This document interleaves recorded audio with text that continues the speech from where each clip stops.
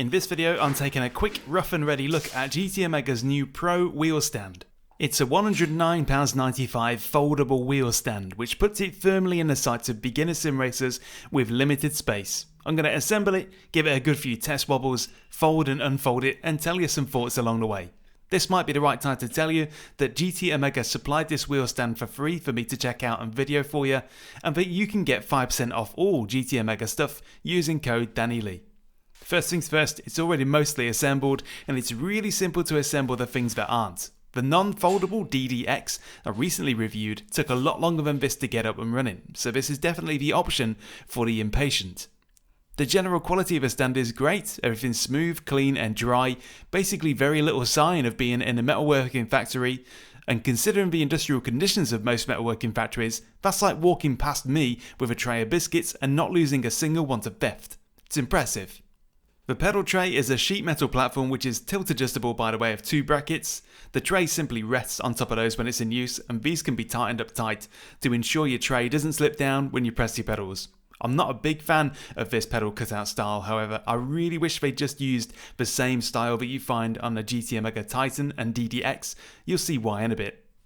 Also included is a gear shifter plate with adjustable fore and aft positioning, compatible with the majority of popular shifters like Logitech, Fanatec and Thrustmaster. For full compatibility of things, check the product page compatibility tab. It's bolted to the steering wheel column very firmly with two proper bolts. The wheel deck itself is compatible with loads of stuff and has some limited tilt, not loads, but enough to satisfy most normal stuff, including flat mounted direct drives. It could definitely do with 5 more degrees maybe, but it's alright.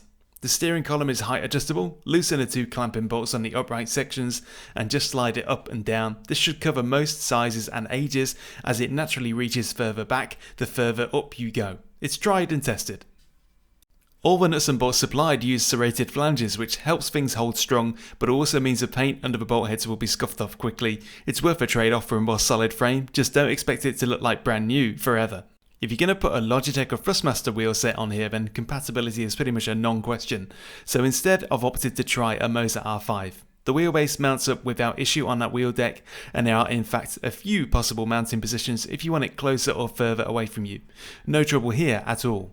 The pedals on the other hand aren't so straightforward. Here you can see how the Moser SRP pedals have no rear bolt holes to bolt through in the centre of that pedal tray. This is why I don't like this pedal cutout design. It's a bit hit and miss. In order to mount the SRP pedals to this tray without making extra holes, I've had to space them out to the extreme left and right, and I just shouldn't have to do that.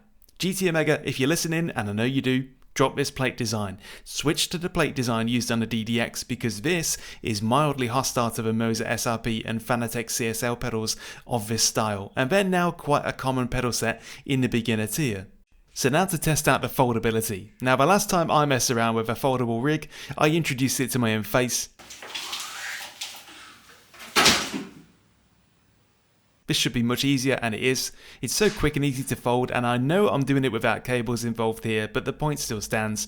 You can see for yourself how it's able to squish up to around a foot in terms of depth. That's slim enough to stash in a cupboard or even under a bed if you were to pop the wheel off, especially if you're not going to use that shifter plate. That definitely juts out and kind of spoils it, but what can you do? Also included with the Pro wheel stand is the chair link. This is designed for desk setups whereby you can slot your office chair into the tray and the wheels are cupped into place and prevent you from floating backwards when you brake.